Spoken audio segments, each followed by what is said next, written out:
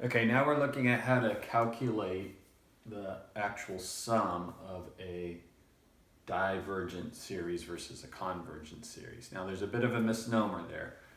Remember, we said you can't really calculate the sum of a divergent series. All you can do is take a finite series. So we could say how many terms there are.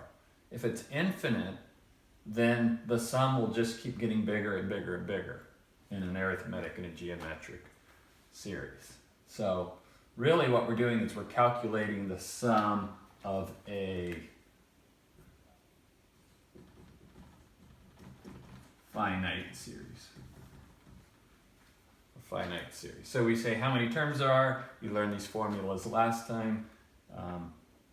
You add the first term and the last term together, and then you multiply that by how many pairs you're going to have, and that would be the number of terms divided by 2. That's the one that Gauss invented. And then this one, you take the first term, multiply it by 1 minus the common ratio to how many terms, divided by 1 minus r. So very straightforward, easy to use formulas. What I really want to focus in on though is this, calculating the sum of a convergent infinite series. So we'll put infinite up here.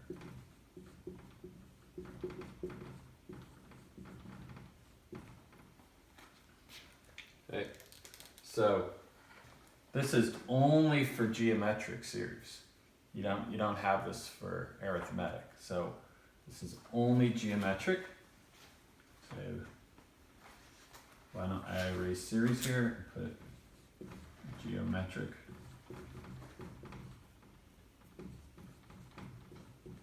And it only happens when the common ratio is between 0 and 1. So we need r to be less than 1, but greater than 0. Or we could say the absolute value of r is less than 1. All right, so, well, let's see what happens. Here's the formula. The sum of an infinite number of terms, so the terms just keep going and going and going, is actually going to converge at a sub 1, so the first term divided by 1 minus r.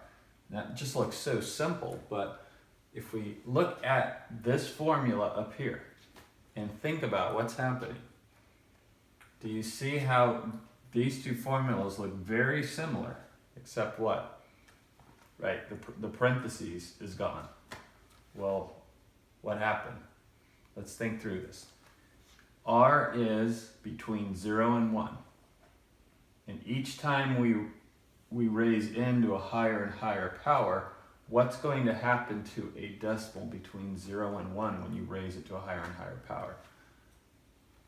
Right, it's going to get smaller and smaller and smaller. So eventually, as n goes to infinity, this is like saying 1 minus 0. Well, 1 minus 0 is just 1, and I don't need to multiply by 1 because I get the same number. So all of the parenthesis just disappears. It turned into 1. And so the series converges onto this sum.